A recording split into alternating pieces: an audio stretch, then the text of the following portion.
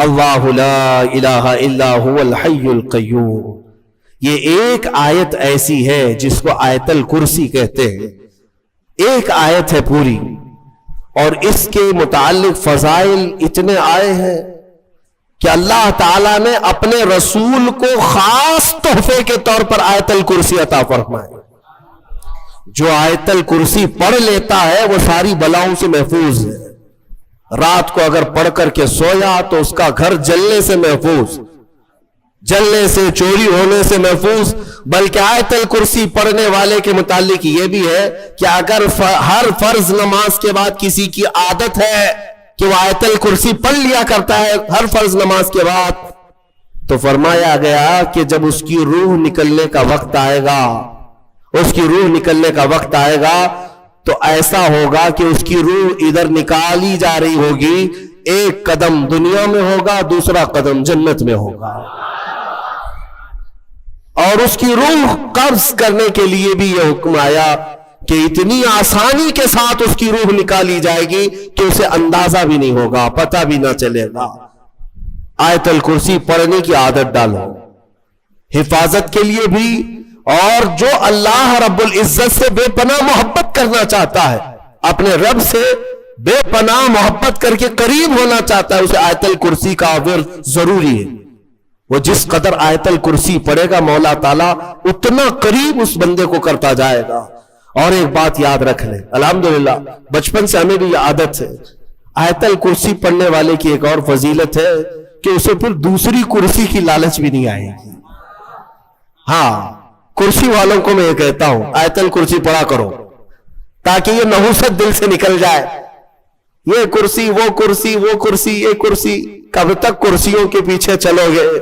جس کے پاس آیت الکرسی ہو، جیسے دیکھو اجمیر کے خواجہ کی کرسی آج تک کوئی نہیں ہلاتا، کوئی نہیں ہلاتا، اور اس کرسی کے لیے کبھی الیکشن بھی نہیں ہوتا. ہماری بات ہمارے اور 100 نسلیں بھی آئیں گی، ہندوستان کا بادشاہ وہ نسلیں غریب نواز کو ہی سمجھا کریں گی. کیوں؟ وہ آیت الکرسی والے بادشاہ. لہذا ہے سنی مسلمانوں، آیت الکرسی کا ورد رکھو. یہ کرسیوں کی لالچیں بھی بہت خطرناک ہوتی ہیں، بسا اوقات انسان کو کافر بنا دیتی ہیں، بسا اوقات انسان کو گمراہ کر دیتی ہیں. ہم نے دیکھا ہے اولیاء اکرام کی تعلیم میں، اولیاء اکرام جب کسی کی تربیت کرتے ہیں نا تصوف میں، تو تربیت میں سب سے پہلے وہ 2 چیزوں کو مارتے ہیں. پہلی چیز یہ ہے کہ کھانے میں لالچی نہ ہو، بہت زیادہ کھانا بند کر دو. اگر کسی ولی کے دربار میں تربیت لینا ہے تو پہلی تربیت وہ یہ کرتے ہیں کھانے پر کنٹرول. اور دوسری تربیت کسی بھی مقام، مرتبے، منصب اور کرسی کی لالچ ہرگز نہیں. کوئی عمل اس لیے نہیں کرے گا کہ مجھے یہ مقام ملے، دنیاوی منصب ملے. اسی لیے میرے آقا صلی اللہ تعالی علیہ وسلم نے بھی ارشاد فرمایا کہ دنیا طلب کرنے والا اگر علم دین بھی حاصل کرے گا تو وہ ایسا ہی ہے جیسے خنزیر کے گلے میں موتیوں کا ہار ڈالا جائے. حب جاہ، حب مال، حب مقام، حب منصب، یہ بری خصلتیں ہیں. اللہ ان تمام چیزوں سے ہمیں محفوظ رکھے. من رکع فرفع، حضور نے فرمایا جو جھک گیا اللہ اسے بلند کرتا ہے، اور جو اکڑ گیا اللہ اسے ہمیشہ ذلیل کرتا ہے. تو یہ کرسیاں ہی ہیں جو اکڑ پیدا کرتی ہیں.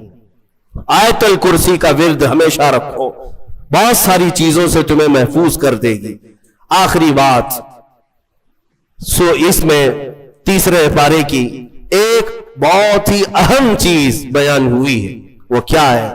ابراہیم علیہ الصلوۃ والتسلیم نے ایک بار اللہ رب العزت کی بارگاہ میں سوال کیا، اے مولا مجھے دکھا تو مردوں کو زندہ کیسے کرتا ہے. اللہ نے پوچھا کہ اے ابراہیم کیا تجھے یقین نہیں ہے؟ کہا کیوں نہیں، یقین ہے مولا لیکن آنکھوں سے دیکھنا چاہتا ہوں. لیطمئن قلبی، تاکہ میرے دل کو اطمینان ہو جائے. سنو، اللہ مردوں کو زندہ کرتا ہے یا نہیں کرتا؟ رب تبارک و تعالیٰ قادر مطلق ہے، سب بکھر جانے کے بعد بھی وہ دوبارہ زندہ کرے گا. ہاں کئی واقعات ہیں. حضرت عزیر علیہ السلام کا واقعہ بھی آج ہم نے تلاوت کیا. ایک نبی تھے اللہ کے، 33 سال کی عمر تھی، وہ اپنے خچر پر جا رہے تھے، ایک بستی کو دیکھا اجڑی ہوئی تھی، اجڑی ہوئی. انہوں نے یہ پوچھا اللہ کی بارگاہ میں کہ مولا یہ سب پوری بستی اجڑ گئی، یہاں نہ سبزے اگتے ہیں، نہ درخت، نہ پودے، کچھ نہیں، کیا پھر اس بستی کو تو دوبارہ زندہ کرے گا؟ تو حضرت عزیر علیہ السلام کو اسی وقت نیند لگ گئی، سو گئے. وہ سوئے تو 100 سال کے لیے سو گئے، 100 سال کے لیے وہی سو گئے. اور جس خچر پر آئے تھے، جو کھانا لے کر کے آئے تھے، اس کو بھی نیند لگ گئی. نیند کیا ہے؟ موت کی بہن ہے. اللہ نے سلا دیا. 100 سال کے بعد اٹھایا اللہ نے. پوچھا عزیر سے کتنے دن یہاں ٹھہرے رہے؟ کام میں تو صبح آیا تھا، دوپہر ہو رہی ہے. اللہ نے فرمایا ذرا اپنے خچر کو دیکھو، تمہارے کھانے کو دیکھو، تم 100 سال یہاں ٹھہرے ہو. حضرت عزیر جب اٹھے اور گئے تو ان کی عمر تو 33 تھی، ان کی عمر تو 33 سال ہی تھی. مولا 100 سال سلایا، اس کے بعد بھی جوان ہی اٹھایا. جب اپنی آبادی میں آئے تو ان کے زمانے کے بچے بھی بوڑھے ہو چکے تھے. خود ان کی اولاد جو ان کے بیٹے تھے وہ ان سے بھی بڑے ہو چکے تھے. 118 سال، 115 سال، 110 سال کے ان کی عمریں ہیں، اور حضرت عزیر کی عمر تو 33 سال ہے. حضرت عزیر آئے اور کہا میں عزیر ہوں، اللہ کا نبی. لوگوں نے انکار کر دیا کہ وہ 100 سال پہلے جا چکے، تم کہاں سے آئے ابھی؟ ایک خاتون جو ان کے گھر کی کنیز تھی، وہ بہت بوڑھی ہو چکی تھی، اس نے کہا میں عزیر کو 2 علامتوں سے پہچانتی ہوں، اگر وہ 2 علامتیں اس کے اندر ہیں تو یہ عزیر ہے. وہ آئی، کہا ایک تو یہ ہے کہ پورے زمانے میں تورات اگر کسی کو لفظ بلفظ یاد ہے تو صرف عزیر علیہ السلام، کسی کو نہیں. ایک علامت یہ ہے. دوسری یہ ہے کہ ان کی پیٹھ پر ایک نشان ہے جو کسی کے اندر نہیں ہے، وہ میں دیکھ چکی ہوں. حضرت عزیر کو جب اس بوڑھی نے یہ کہا تو حضرت عزیر علیہ السلام نے لفظ بلفظ پوری سورہ تورات سنا تھی، اور ان کی پیٹھ پر وہ نشان بھی باقی تھا. تو اس خاتون نے پکار کر کہا اے لوگوں، یہ اللہ کی قدرت ہے، یہی عزیر ہے جو 100 سال پہلے ہم سے بچھڑا تھا. آج مولا نے 100 سال بعد دوبارہ اسے ہمارے ہاں اٹھا کر لایا ہے. یہ واقعہ کیوں پیش آیا؟ یہ ان منکرین کو بتانے کے لیے جو یہ سمجھتے ہیں کہ موت کے بعد پھر اللہ کسی کو نہیں اٹھا سکتا. اسی لیے کچھ لوگ جلا کر راکھ کرتے ہیں، کچھ لوگ چیل کووں کو کھلا دیتے ہیں کہ مرنے کے بعد پھر پکڑ نہیں ہونی چاہیے. یہ شراب کیوں پیتا تھا، چوری کیوں کرتا تھا، کوئی ڈنڈے مارنے والا نہ ہو، ہم تو اس کو جلا کے راکھ کر چکے. مولا قرآن میں بیان فرماتا ہے جو رب ایک پانی کے قطرے سے تمہیں انسان بنا سکتا ہے، تمہاری راکھ کو جمع کر کے دوبارہ تمہیں زندہ کیوں نہیں کر سکتا؟ وہ قادر مطلق ہے، دوبارہ اٹھائے گا. ہمارا عقیدہ کیا ہے؟ موت کے بعد ہم دوبارہ ہوں گے کہ نہیں ہوں گے، لیکن اس دنیا میں نہیں، پرن جنم نہیں. ہاں، یہ پرن جنم والا نہیں ہے. ہمارا جو عقیدہ ہے وہ یہ ہے کہ مریں گے یہاں، اٹھیں گے قیامت کے دن. قیامت سے پہلے پھر کسی کی آتما نہیں اٹھنے والی ہے، جس کی اٹھتی ہو بیوقوف ہے. ہاں، وہ جو مشہور کرتے ہیں کہ اس کی آتما آئی، اس کی آتما آئی، کسی کی آتما نہیں آتی. ہاں، یہ بات یاد رکھیں، شیطان کھیلتا ہے، روحیں جا چکی، ایک بار نکل گئی تو اب قیامت کے دن دوبارہ زندہ ہو. الحمدللہ ہمارا عقیدہ یہی ہے، اسلام کا عقیدہ یہ، ہم مرنے کے بعد عالم برزخ میں جاتے ہیں اور پھر مولا قیامت کے دن اٹھاتا ہے. اس سے پہلے ہمارا عقیدہ یہ نہیں کہ ہم مرنے کے بعد پھر کبھی چوہا بن کے اٹھیں گے، بلی بن کے اٹھیں گے، کتا بن کے اٹھیں گے. ہاں، اچھے کام کیا تھا تو اچھا بن کے دوسرے جنم میں پیدا ہوگا، برا کام کیا تھا تو کتا بن کے جنم لے گا. یہ نہیں ہے. الحمدللہ ہمیں اللہ نے انسان بنایا تھا، انسان ہی اٹھیں گے. ہاں، کتوں والا عقیدہ مت رکھو، چوہوں والا اور بلیوں والا عقیدہ مت رکھو. ہمارا یہ عقیدہ نہیں. جو بات میں عرض کر رہا تھا وہ ابراہیم علیہ السلام کی. ابراہیم علیہ السلام نے پوچھا رب سے تو کیسے زندہ کرتا ہے مرنے کے بعد؟ تو رب نے فرمایا کیا تجھے یقین نہیں؟ کہا یقین ہے، میں آنکھوں سے دیکھنا چاہتا ہوں. کہا ٹھیک ہے، 4 پرندے لے لو اور ان کو ذبح کرو اور پھر ان کو قیمہ بنا دو، چاروں کا گوشت مکس کرو اور سب ملا کر کے 4 حصے کرو, ایک حصہ اس پہاڑ پر, دوسرا اس پہاڑ پر, تیسرا اس پہاڑ پر, چوتھا اس پہاڑ پر. 4 پہاڑوں پر گوشت رکھ کر کے آؤ, یہ مکس خیمے کا, اور پھر اپنی جگہ پر کھڑے ہو جاؤ, ان پرندوں کے نام لے کر کے بلاؤ. ابراہیم علیہ السلام کو یہ پروسیس کرایا گیا. ابراہیم علیہ السلام نے کیا کیا لیے؟ ایک کوا لیا, توجہ چاہتا ہوں, کیا لیا؟ کوا لیا. دوسرا مرغا لیا, تیسرا کبوتر, چوتھا مور. 4 پرندے لیے, کوا, مرغا, کبوتر, مور. 4 پرندے لیے اور چاروں کو ذبح کیا. پھر ان کا قیمہ بنایا, گوشت سب قیمہ بنا کر مکس کیا اور 4 حصوں میں 4 پہاڑوں پر رکھ کر آئے. پھر اپنی جگہ پر آ کر کے انہیں پکارا. اللہ کے حکم سے مرغا بھی آئے, کوا بھی آئے, کبوتر بھی آئے اور مور بھی آئے. خدا کی قدرت دیکھیں, وہ خیمہ ہوا میں اڑنے لگا اور جس جس پرندے کا جو گوشت تھا وہ اپنے اپنے جسم میں ملنے لگا. اور پھر ان کی جو منڈیاں تھی, منہ, وہ ابراہیم علیہ السلام کے پاس تھی. دھڑ صرف تنہا اڑتا ہوا آیا, اپنے اپنے منہ سے جڑ گیا اور اڑ کر چلے گئے. اللہ نے اپنی قدرت کا مشاہدہ اپنے نبی کو کروایا. ابراہیم علیہ السلام, مردوں کو مولا کیسے زندہ کرتا ہے یہ نبی کو سامنے کر کے دکھایا گیا. لیکن صوفیہ کرام کی بھی ایک تعلیم ہوتی ہے. میر عبد الواحد بلگرامی رضی اللہ عنہ, سبع سنابل شریف کے مصنف, فرماتے ہیں ابراہیم علیہ السلام کو یہ پروسیس کیوں کرایا گیا؟ یہ 4 پرندے آپ نے کیوں لیے؟ صوفیہ کے جو نقطے ہوتے ہیں بڑے اہم ہوتے ہیں. میں نے 4 پرندے کہا, یاد ہے نا 4 پرندے؟ ہاں, وہ ایسی ہی نہیں ہے کہ فارمیلٹی کے لیے میں نے آپ کے سامنے گنا دیے. توجہ, کوا, مرغا, کبوتر, مور, یہی 4 پرندے کیوں؟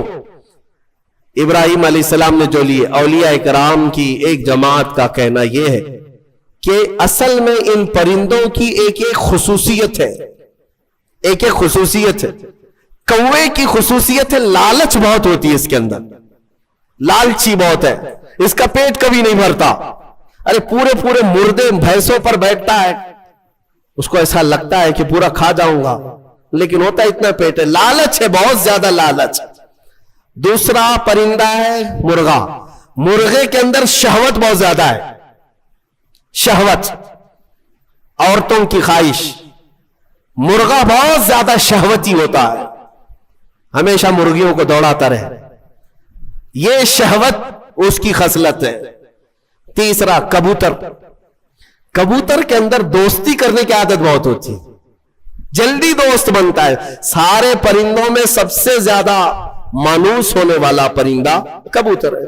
ایک دن پال لو, اس کے بعد رہ ہی جاتا ہے, دوستی کرنے والا پرندہ. چوتھا مور ہے. مور کی خصوصیت یہ ہے کہ وہ اپنے حسن کو دکھانے کا شوق بہت رکھتا ہے. 4 لوگ بھی کھڑے ہو گئے تو پورے پر کھول دے گا اور ناچتا ہے تو خوبصورت, لیکن دکھانے کی خواہش زیادہ ہے, ریاکاری, اپنے حسن کا مظاہرہ کروانا, یہ مور کی عادت ہے. حضرت میر عبد الواحد فرماتے ہیں, اے مسلمانوں, اللہ نے جو حکم کیا اپنے نبی ابراہیم کو, یہ 4 پرندے نہیں, کوا, مرغا, کبوتر, مور, یہ ذبح نہیں کیے, بلکہ ابراہیم علیہ السلام نے جو ذبح کیا وہ کیا ہے؟ لالچ کو ذبح کیا, شہوت کو ذبح کیا, دوستی کرنے والی عادت کو ذبح کیا, حسن کو دکھانے والی خصلت کو ذبح کیا. جب ان بری خصلتوں کو کوئی ذبح کرتا ہے تو مولا مردوں کو زندہ کرنے والی قدرت بھی دکھاتا. یہ ہے اصل. اگر آج بھی رب تعالیٰ کی قدرت کے مشاہدے چاہتے ہو کہ آنکھوں سے ہم بھی کچھ دیکھ سکے, ان 4 عادتوں کو ذبح کرو. پہلے ذبح کرو. ذبح کرنے کا مطلب یہ لالچ ختم ہو جائے, شہوت ختم ہو جائے, دوستی کرنے کی عادت. کچھ لوگوں کو ایسا لگ رہا ہوگا سارے دوستوں کو برا کہہ رہے ہیں, نہیں, دوست بناؤ اچھے, وہ دوست جو تمہیں اللہ سے قریب کرے. ورنہ قرآن میں ہے کئی لوگ ایسے ہوں گے جو قیامت کے دن یہ پکاریں گے. 19ویں پارے کی آیت ہے, یا ویلتا لیتنی لم اتخذ فلانا خلیلا, اے کاش میں فلاں کو دوست نہیں بنایا ہوتا تو کتنا اچھا ہوتا, میں جہنم میں نہیں جاتا. کئی لوگ ایسے ہوں گے صرف دوستی کی وجہ سے دوزخ میں جا رہے ہوں گے، دوستی کی وجہ سے۔ تم کیا سمجھتے ہو ایرے غیرے سب سے دوستی کر لینا چاہیے؟ دوست اگر کسی کا برا ہے تو وہ تمہیں جہنم تک لے جا سکتا ہے۔ اسی لیے ہر ایرے غیرے نتھو کھیرے سے دوستی مومن کی شان نہیں ہے۔ وہ دوستی بھی اس سے کرتا ہے جو اسے اللہ سے قریب کرے اور اپنے مصطفیٰ سے قریب کرے، وہ دوست۔ یہ بات میں اسی لیے کہہ رہا ہوں میرے عزیزوں، یہ لطیفہ نہیں ہے اور مذاق نہیں ہے۔ میں نے جو گفتگو شروع کیا، حالات ایسے آ گئے کہ سب سے زیادہ میں نے آج دیکھا ہے بزدل لوگ وہ لوگ ہیں جو مسلم نیتا بنے ہوئے ہیں، لیڈر بنے ہوئے ہیں۔ میری بات کڑوی لگے گی لیکن ایک بات یاد رکھنا، بخار کی دوا کڑوی ہوتی ہے، نگل لو تو فائدہ ہے، اگل دو گے تو یہ بخار چڑھتا چلا جائے گا۔ جتنا تمہارے اندر چاپلوسی اور دوسروں کی رضا حاصل کرنے کی چاہت آئی ہے، یہ قوم کو لے ڈوبتی ہے، قوم کو لے ڈوبتی ہے۔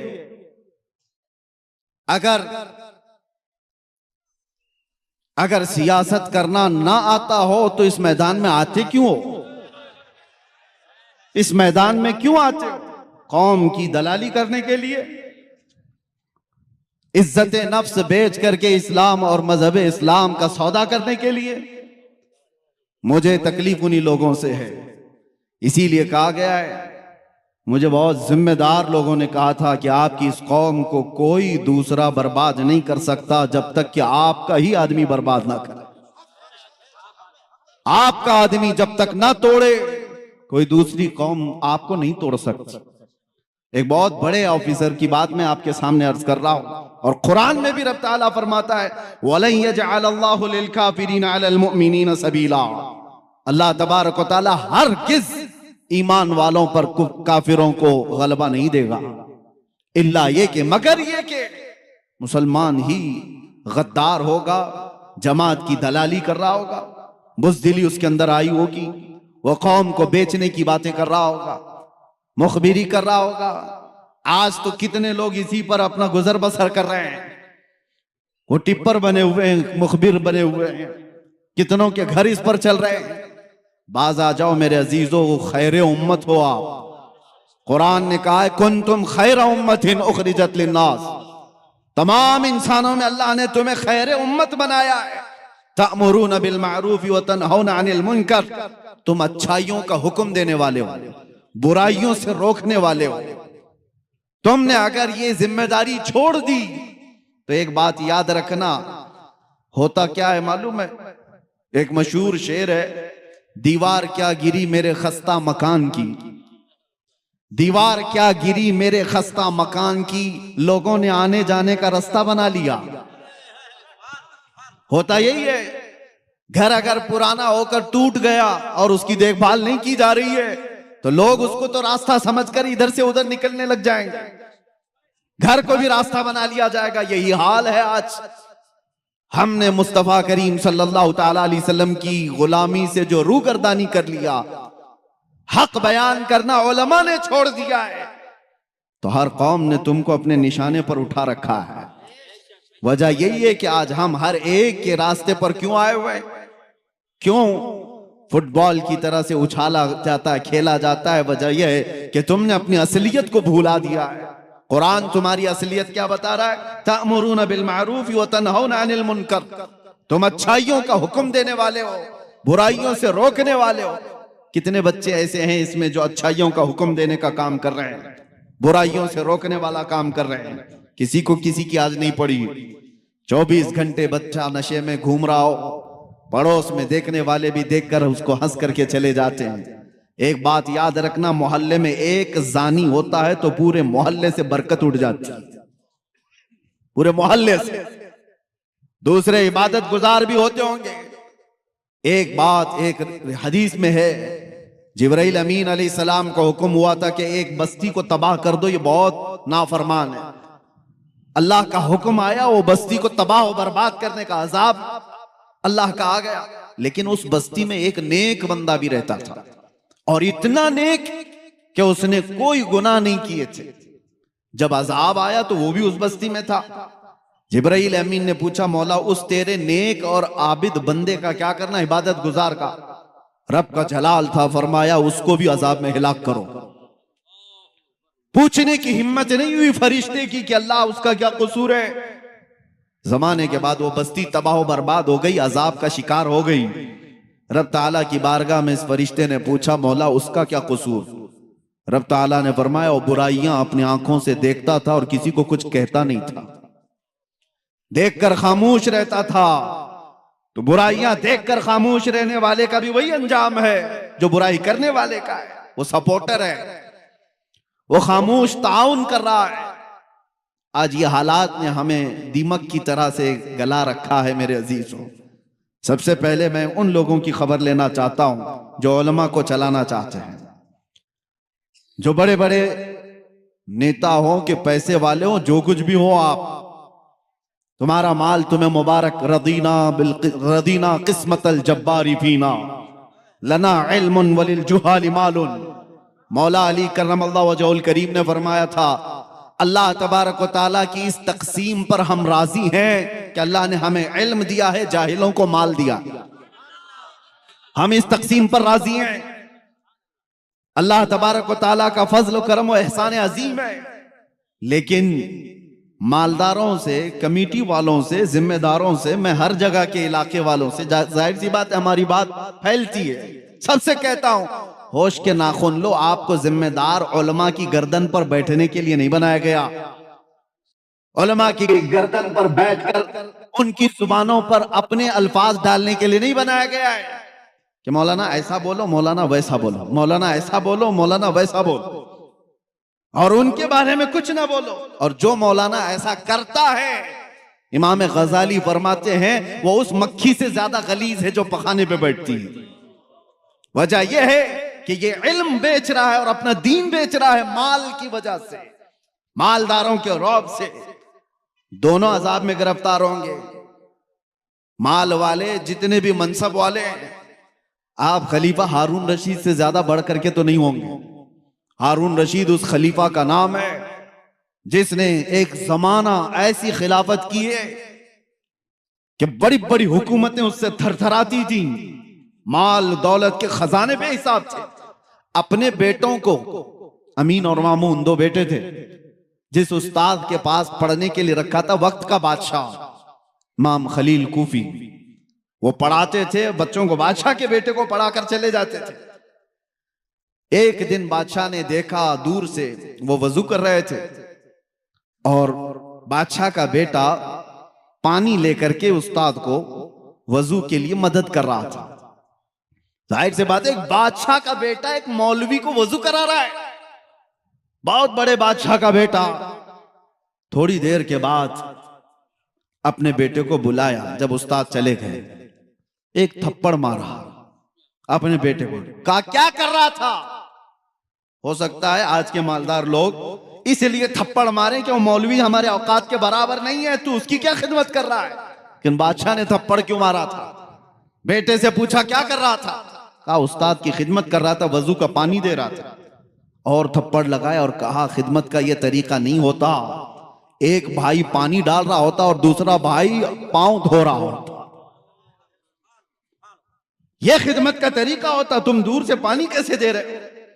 ان بادشاہوں نے بھی اپنے بیٹوں کو یہ سکھایا تھا کہ علماء کی جوتیوں کے پاس بیٹھو، یہی ادب ہے، نہ یہ کہ ان پر اپنی مرضی چلاؤ۔ دین کا نظام یہیں سے تو بگڑ رہا ہے۔ ممبروں پر جو آوازیں اٹھتی تھی، حق کی آوازیں، انہیں کون دبا رہا ہے؟ آج ہم آزاد ملک میں جی رہے ہیں اور الحمدللہ مجھے فخر ہے جتنی آزادی کے ساتھ ہم بولتے ہیں۔ حق بات کا اعلان کرنے میں جب کوئی پابندی نہیں ہے تو یہ کون لوگ ہیں جو مال والے، پیسے والے، جو علماء کو اپنی مرضی کے مطابق بلوانا چاہتے ہیں؟ ہاں، حالات سے آپ باخبر کر سکتے ہیں علماء کو، حالات اس طرح کے چل رہے ہیں، اور ایک نباز عالم وہ خود سمجھ جائے کہ اسے کیا بولنا ہے۔ کلم الناس علی قدر عقولی، لوگوں کی عقل اور زمانے کے حالات کے اعتبار سے وہ گفتگو کرے، لیکن یہاں حالات بہت الگ چلے ہیں۔ یہ جو قوم رات بھر جلسے کرتی ہے، یہاں کے تو چلے، ہم ساؤتھ میں ہیں ابھی، اچھے خاصے جلسے ہو کر کے چلے جاتے ہیں. شمال ہند میں ہم نے دیکھا ہے رات 5 بجے تک جلسہ چلانے والے، کئی شاعروں کو، کئی بڑے بڑے مقررین کو لانے والے، اور پتہ نہیں کتنے کتنے پیسے خرچہ کرنے والے. وہ اپنے مسجد کے محلے کے مؤذن کو اور امام کو 5,000 دینے کو بھی تیار نہیں. ان علماء کو اسی طرح سے رکھا گیا ہے، اور پھر کہتے ہیں کہ قوم کے اندر بدحالی ہے، قوم کے اندر زبوں حالی کا شکار ہو چکی ہے، یہ قوم اخلاق میں گری ہوئی ہے. جہاں سے حق بات کا اعلان ہوتا تھا ان آوازوں کو دبا دیا گیا ہے، ان آوازوں کو ختم کرنے کی کوششیں کی جا رہی ہیں. یہ غیروں کی طرف سے نہیں، اپنوں کی طرف سے. اصلاح کرو. اور ایک بات میں آپ کو بتا دوں، بزرگوں نے فرمایا ہے کہ مال کی چربی جب کسی کو چڑھتی ہے تو سب سے پہلے وہ دین کا مذاق اڑانے لگ جاتا ہے، اور وہی فرعون کے ساتھ قیامت کے دن اٹھایا بھی جائے گا. مال آنے کے بعد بہت بڑا امتحان ہے، حقیر مت سمجھو علماء کو یا دین کی بات کرنے والوں کو. نہ پوچھ ان خرقہ پوشوں کو، ارادت ہو تو دیکھ ان کو، ید بیضا لیے بیٹھے ہیں اپنی آستینوں میں. یہ علماء ہی تھے جنہوں نے انقلاب پیدا کیے ہیں، انسان بنائے، لوگوں کے مزاج کو سنوارا ہے. بگڑتے ہوئے حالات میں کون لوگ تھے؟ عشق رسول کی باتیں کرنے والے، قرآن کے پیغامات کو پھیلانے والے، یہ وہ مختصر سی جماعت تھی. اس ہندوستان کی آزادی میں آپ کو پتہ ہے 1857 کے غدر میں 30,000 علماء کرام کو دلی سے لے کر کشمیر تک ہر جھاڑی پر لٹکا دیا گیا تھا. پھانسی پر لٹکنے والے، انڈمان نکوبار کالا پانی کی سزا کاٹنے والے، یہ علماء ذوی الاحترام تھے، اور وہ حق بولنے والے تھے. جانتے ہو انگریزوں کا دبدبا تھا، اور ایسا دبدبا تھا کہ کوئی کچھ بات نہیں کر سکتا تھا. کوئی ڈیموکریسی نہیں تھی، ان کا غلبہ تھا، غلغلہ تھا. ایسے ماحول میں دلی کی جامع مسجد سے علامہ فضل حق خیر آبادی نے فتویٰ صادر کیا تھا، جبکہ انہیں پتا تھا انجام کیا ہوگا. اور اسی انگریزوں کے خلاف فتویٰ صادر کرنے کی بنیاد پر ایک تحریک چھڑی پورے ہندوستان میں. یہ 1857 کی بات کر رہا ہوں، 1947 کی نہیں. 90 سال کی محنت کے بعد اس ملک کو آزادی ملی. 1857 میں یہ چھڑی تھی علماء کی ذریعے سے. علماء ذوی الاحترام نے جب انگریزوں کے خلاف یہ فتویٰ دیا تھا اور قوم کے اندر بیداری لائی تھی، اس کی سزا ان کو کیا دی گئی ہے پتہ ہے؟ علامہ فضل حق خیر آبادی عام عالم کی بات نہیں ہے، اعلیٰ حضرت بھی جن کا ادب کیا کرتے تھے.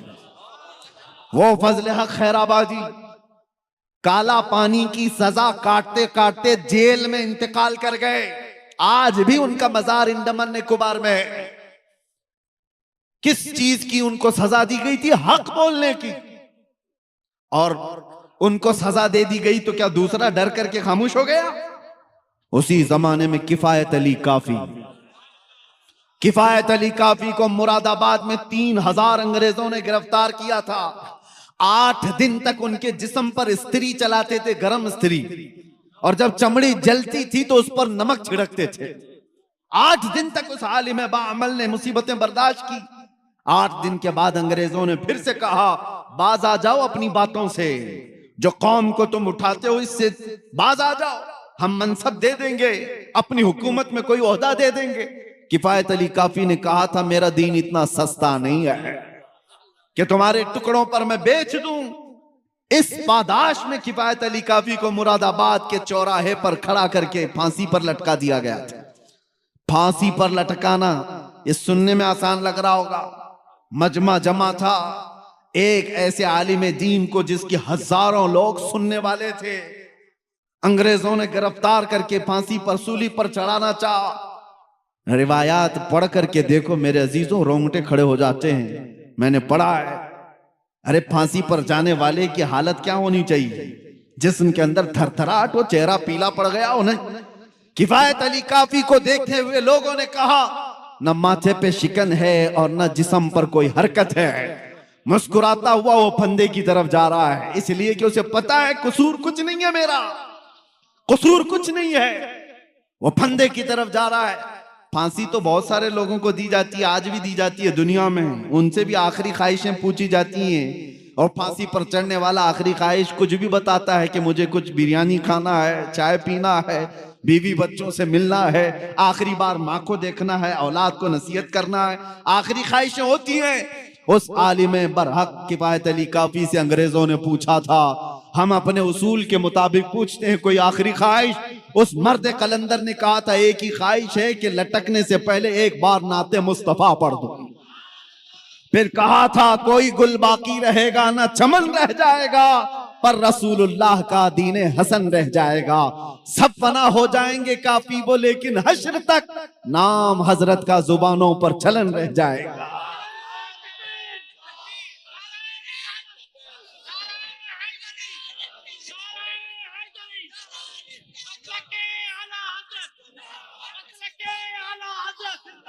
دو چار مثالیں میں اور آپ کے سامنے رکھتا ہوں علماء اکرام کے لیے خاص طور پر۔ آج ہمیں جس طرح سے دبانے کی کوشش کرو گے اس کا انجام کیا ہوگا پتہ ہے؟ تمہارے بچے ایسے بزدل پیدا ہوں گے جو اپنی ماں اور بہنوں کی عزت بھی نہیں سنبھال سکیں گے۔ جو نبی پاک صلی اللہ تعالیٰ علیہ وسلم کی عزت کے لیے نہیں کھڑا ہو سکتا، وہ اپنی ماں بیٹیوں کی عزت بھی نہیں بچا سکتا، نہیں بچا سکتا۔ یہ بات یاد رکھیں، کفایت علی کافی ہو، فضل حق خیر آبادی ہو، عنایت احمد کاکوروی، یہ وہ علماء ذوی الاحترام کی باتیں کر رہا ہوں۔ حق بیان کرنے کی وجہ سے انہیں زندگی بھر تکالیف کا سامنا کرنا پڑا ہے۔ آپ کو پتہ ہے انگریزوں سے بھی زیادہ ایک سخت دور آیا تھا اکبر کا۔ اکبر نام مسلمان تھا لیکن اس کے کام الگ تھے، وہ مرتد تھا۔ پورا ایک نیا دین لا کر کے پورے دین کو ختم کرنے کی بات کر رہا تھا۔ ہندوستان اکھنڈ بھارت کا راجا، اس والے بھارت کا نہیں، اکھنڈ بھارت کا۔ اس وقت ہندوستان کی سیمائیں اور بھی زیادہ تھی۔ اتنا پاورفل بادشاہ جب دین الہی کا اعلان کرتا ہے تو اس وقت ایک مرد قلندر احمد فاروقی مجدد الف ثانی کی شکل میں کھڑا ہوتا ہے، کہتا ہے نہیں بادشاہ، تیرے گھر کا دین نہیں، آمینہ کے لال کا دین چلے گا۔ مسجدوں سے وہی آواز ہوگی، ہمارے بچوں کے زبانوں سے وہی آوازیں ہوں گی جو مصطفیٰ کریم صلی اللہ تعالیٰ علیہ وسلم کی تعلیمات تھیں۔ انہیں پتا تھا کہ ایک بڑے ڈکٹیٹر سے مقابلہ کرنے کا انجام کیا ہوتا ہے۔ بڑے ڈکٹیٹر کے سامنے جب بھی کوئی کھڑا ہوتا ہے تو اسے جیل دیکھنا پڑتا ہے۔ جیل میں ڈال دیا گیا، گوالیار کی جیل میں 8 سال تک ایسے قید میں رکھا گیا تھا کہ کوئی مڑ کے بھی نہیں دیکھتا تھا۔ اکبر تو مر گیا، اس کا بیٹا تخت پر آیا۔ جیل کا ایک قاصد آ کر کے کہتا ہے بادشاہ سلامت، جیل کا حال کچھ اور ہی ہو گیا ہے۔ اس نے پوچھا ہوا کیا ہے؟ 8 سال پہلے آپ کے باپ نے ایک مولانا کو قید کر دیا تھا، اس نے 700 قیدیوں کو عالم بنا دیا ہے۔ چور اچکے ڈکیت سب تھے وہاں پر، لیکن اس نے تو ماحول ایسا بنا دیا ہے، صبح درس قرآن ہے، دوپہر میں درس حدیث ہے، شام کو جماعت کی نمازیں ہیں، ماحول تو ایسا لگتا ہے جیسے گنبد خضرا کی چھاؤں میں بیٹھے ہو۔ حق بولنے والوں کے لیے نہ کوئی میدان ہوتا ہے میرے عزیزو، نہ کوئی جگہ انہیں روک پاتی ہے۔ یہ مثالیں اس لیے عرض کر رہا ہوں تاکہ آپ ان کو پڑھو اور اپنی زبان کو سنبھال کر رکھو۔ اللہ نے تم سے وعدہ لیا ہے کہ حق بیان کرو گے، حق بیان کرو گے، کوئی چیز چھپاؤ گے نہیں۔ اور کوئی روٹتا ہے تو روٹے، ایسے روٹنے سے ہمارا کچھ بگڑتا بھی نہیں۔ یہ دنیا نہ تمہیں سزا دینے والی ہے نہ جزا دینے والی ہے، موت کے بعد صرف اور صرف سزا اور جزا کا مالک رب العالمین ہے۔ زیادہ سے زیادہ دنیا ہی میں پریشان ہو کر سکتا ہے کوئی بھی، اس کے بعد کسی کی کچھ نہیں چلتی، کچھ نہیں۔ روح نکلنے کے بعد بڑے بڑے سورما، بڑے بڑے طاقتور اپنے ہاتھ سے اپنا ریٹ بھی صاف نہیں کر پاتے۔ ان کے جسموں سے روح نکلنے کے بعد غلاظتیں نکل رہی ہوتی ہیں منہ سے، ناک سے، کان سے۔ ارے وہ مردہ اپنا ہاتھ اٹھا کر کے اپنی غلاظت نہیں صاف کر سکتا، وہ کسی اور کو سزا اور جزا کیا دے سکتا؟ یاد رکھو جو کچھ بھی ہوگا یہ چھوٹی سی دنیا میں، جس کو چھوڑ کر سب کو جانا ہے، سب یہاں سے جانے والے ہیں۔ تو پھر ایک بات یاد رکھو، میں آخر میں کہوں گا یہ علماء کی مثال دے کر کے یہی ایک اور نام آپ کے سامنے پیش کرتا ہوں. علامہ فضل حق خیر آبادی کو سنا, کفایت علی کافی کو سنا, مجدد الفسانی احمد فاروقی سرہندی کو سنا. ایک نام آتا ہے ایسے ہی مرد حق کی آواز بلند کرنے والے امام احمد بن حنبل کا, جنہیں 5 لاکھ حدیثیں یاد تھیں. رسول اللہ صلی اللہ علیہ وسلم کی 5 لاکھ حدیثیں یاد تھی. لیکن جانتے ہو مسئلہ آ گیا تھا ایک بادشاہ وقت کا, اس نے غلط ایک فرقے کو پروموٹ کرنے کے لیے غلط مسئلے کا پرچار شروع کیا تھا. اس عالم برحق نے اس کے خلاف فتویٰ دیا, کہا نہیں شریعت وہ نہیں ہے, شریعت وہ نہیں ہے, خلق قرآن کا مسئلہ تھا. تو امام احمد بن حنبل نے کہا مسئلہ بادشاہ کا نہیں چلے گا, تاجدار مدینہ کا ہوگا. اس پاداش میں جانتے ہو امام احمد بن حنبل کا علم نہیں دیکھا گیا, ان کا تقوی نہیں دیکھا گیا, ان کو حدیثیں کتنی یاد ہیں یہ نہیں دیکھا گیا. بغداد کے بازار میں لا کر ان کو ننگی پیٹھ پر کوڑے مارے گئے تھے. 1 بار نہیں, 2 بار نہیں, 3 بار پیٹھ کی ہڈی ان کی دکھنے لگ گئی, کوڑے اس طرح سے پڑتے تھے. لیکن ایک جلاد اس کے پاس وقت کے خلیفہ کا وزیر آ کر کے کہنے لگا کہ احمد بن حنبل میں جانتا ہوں آپ 10 سے مس نہیں ہوگے, ایک بار آپ کمپرومائز کر لو, اپنی اس بات سے کان میں تو بول دو, میں بادشاہ کو منا لوں گا. امام احمد بن حنبل نے کہا ہم جو بات کرتے ہیں وہ کانوں میں نہیں میدانوں میں کرتے ہیں. یہی بات ہے. میں بھی آپ سے یہ اعلان کرتا ہوں, بہت سارے لوگ پریشان رہتے ہیں. جب میں گرفتار بھی تھا تو بہت انویسٹیگیٹ کرتے ہوئے ہمارے ملک کے ہمارے بہت سارے لوگوں کو یہ شک تھا ڈپارٹمنٹ کو کہ مولانا پتہ نہیں چھپ کے کیا کرتا ہے. چھپ کے کچھ نہیں کرتا, جو کرتا ہے کھل کے کرتا ہے. ہماری کوئی سیکریٹ تنظیم نہیں ہے, کوئی خفیہ جماعت نہیں ہے, انڈر گراؤنڈ میٹنگیں کرنے کا ہمارا قانون نہیں ہے. جب ہمیں پتا ہے نبی آخر الزمان صلی اللہ تعالی علیہ وسلم کی شریعت سچی ہے, دین اسلام سچا ہے, قرآن سچا ہے, میرا خدا سچا ہے, میرا نبی سچا ہے, تو پھر سر جھکا کر اور سر چھپا کر کے نہیں, سر اٹھا کر ہی بات کریں. ہمیں جب یقین ہے کہ غلط نہیں ہے تو پھر چھپ کر کے کرنے کی کوئی ضرورت ہی نہیں. میرے عزیزو, میں ان لوگوں کی خام خیالی کو یا بدگمانی کو دور کرنے کے لیے بات کہہ رہا ہوں جو یہ سمجھتے ہوں گے ہم جو بھی بات کر رہے ہیں نوجوانوں کے سامنے, ان کو برے اخلاق سے واپس لانے کے لیے ہم ظاہر سے باتیں میدانوں میں ہی کریں گے. اب جو بات میں کہنے جا رہا ہوں توجہ سے, سرا کی تاریخ سے بھی اس کا تعلق ہے, آپ کے میدان سے بھی تعلق ہے. سرا میں رہنے والے بزدل ہوں یہ مجھے ہضم بھی نہیں ہوتا, وزن بھی نہیں ہوتا. وجہ یہ ہے کہ تاریخ بتاتی ہے کہ اس زمین سے کبھی ٹیپو سلطان کا تعلق رہا ہے. اگر اس سلطان کا تعلق رہا ہے تو بزدلی آئی کہاں سے؟ یاد کرو اس مرد قلندر کی بات کو, گیدڑ کی 100 سالہ زندگی سے شیر کی ایک دن کی زندگی بہتر ہے.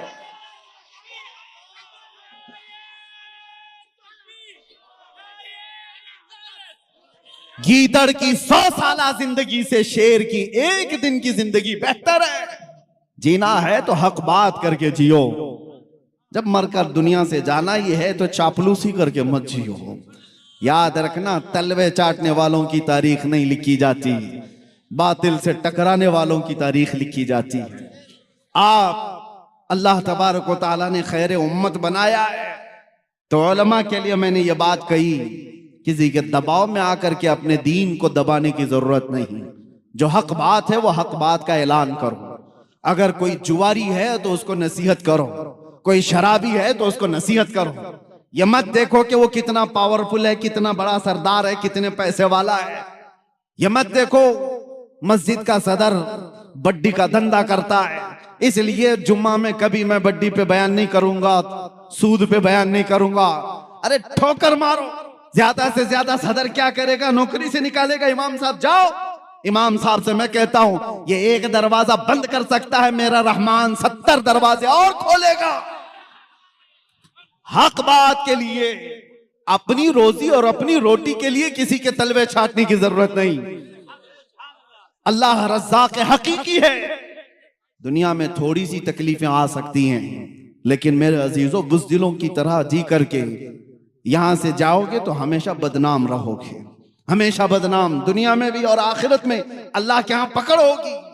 اور قوم سے اب میں کہتا ہوں، آپ بھی، مجھے یہ بڑا دکھ ہوتا ہے، آج ہی اپنے کچھ حضرات نے مجھ سے یہ کہا، امام صاحب جب محلے میں کوئی برائی دیکھتے ہیں تو اس کو بیان کر ڈالتے ہیں، آدھا محلہ تو ان کا مخالف ہو بیٹھا ہے کہ کمیٹی بدلے گی تو سب سے پہلے مولانا کو نکالیں گے۔ کیوں نکالیں گے؟ اس لیے کہ وہ تم کو کہتا ہے، میاں اگر کوئی ڈاکٹر تم سے کہے کہ تجھے سردی ہو گئی، تجھے بخار ہو گیا، تیرے پیٹ میں گیس ہو گئی، تو کیا ڈاکٹر کو تھپڑ مارو گے؟ ڈاکٹر سے کیا کہو گے؟ ہاں ٹھیک ہے صاحب، ہوئی تو ہے بیماری، علاج آپ کر دو۔ یہی بات ایک عالم دین سے کیوں نہیں کہتے؟ اگر وہ کہے کہ تیرے اندر یہ برائی ہے تو آپ یہ نہ کہیں کہ مولانا یہ غلط ہے، میں دوسرے مولانا کو پکڑوں گا۔ یہ قوم نے کھیل رچا رکھا ہے، طلاق دے دیا بیوی کو اور ڈھونڈ رہا ہے کوئی حلال کرنے والا مولانا ملے، کوئی ایسا مولانا ملے، پیسے لے کر کے گھوم رہا ہے، لفافے لے کر۔ مفتی صاحب نے کہہ دیا نہیں طلاق ہو ہی گئی ہے، تو کہا یہ پورے مفتی نہیں، دوسرے کو ڈھونڈتا ہوں، دوسری جماعت کے بھی ایسے کچھ موجود ہوں گے۔ اب تو کتا کہہ سکتا ہوں، ہڈیوں پر پلنے والا، جو کسی کے مال پر اپنا مسئلہ بدلتا ہو۔ میرے عزیزو، قوم ایسوں کو ڈھونڈ رہی ہوتی ہے کہ وہاں جائیں تو ہمارا مسئلہ حل ہو جائے، ہمیں حلال کر کے دے دیں گے۔ تم پوری شریعت کو اپنے پیسوں سے خریدنے کی بات کر رہے ہو، میرے مصطفیٰ کی شریعت کو مال سے بدلنے کی بات کر رہے ہو۔ آگاہ ہو جاؤ میرے عزیزو، اللہ کا عذاب قریب ہے، اور موت کے بعد کیا حساب دو گے؟ اگر تمہارے پاس بات آ گئی کہ تم نے غلط کیا ہے، سر جھکا لو۔ آپ کو پتا ہے بارگاہ مصطفیٰ صلی اللہ تعالی علیہ وسلم میں ایک صحابی ایسے آئے، رو رہے تھے، پوچھا گیا تھا کیا ہوا ان کو؟ کہا انہوں نے کہ مجھ سے غلطی ہو گئی، گناہ ہو گیا ہے، زنا ہو گیا ہے۔ کون بیان کرے گا آج یہ چیز؟ حضور نے اپنا چہرہ پھیر لیا، کہا جاؤ تم۔ وہ گر گئے، کہا اگر آپ نے پاک نہیں کیا تو پھر میں کس کے پاس جاؤں گا؟ یا رسول اللہ، تجھ سے جو منہ چھپاؤں تو کروں کس کے سامنے؟ میرے آقا نے کھڑا کر کے پوچھا، ہوش میں بول رہے ہو؟ نشے میں تو نہیں، غصے میں یا مدہوشی میں تو نہیں؟ انہوں نے 3 بار اقرار کیا۔ حضور نے پوچھا تمہیں پتا ہے اس کی سزا کیا ہے؟ پتھروں سے مار کر کے سزا، ہلاک کر دیا جائے گا، رجم، زنا پر اسلام میں بڑی سزا ہے۔ انہوں نے کہا ہاں مجھے پتا ہے، پھر بھی میں کہہ رہا ہوں۔ حضور نے حکم بھی دیا صحابہ کو لے جاؤ ان کو رجم کرو، اقرار جرم کیا ہے۔ صحابہ لے کر کے بھی گئے جبل انم پہاڑی کے پاس، اور ان کو پتھروں سے ہلاک بھی کر دیا گیا، وہ انتقال کر گئے۔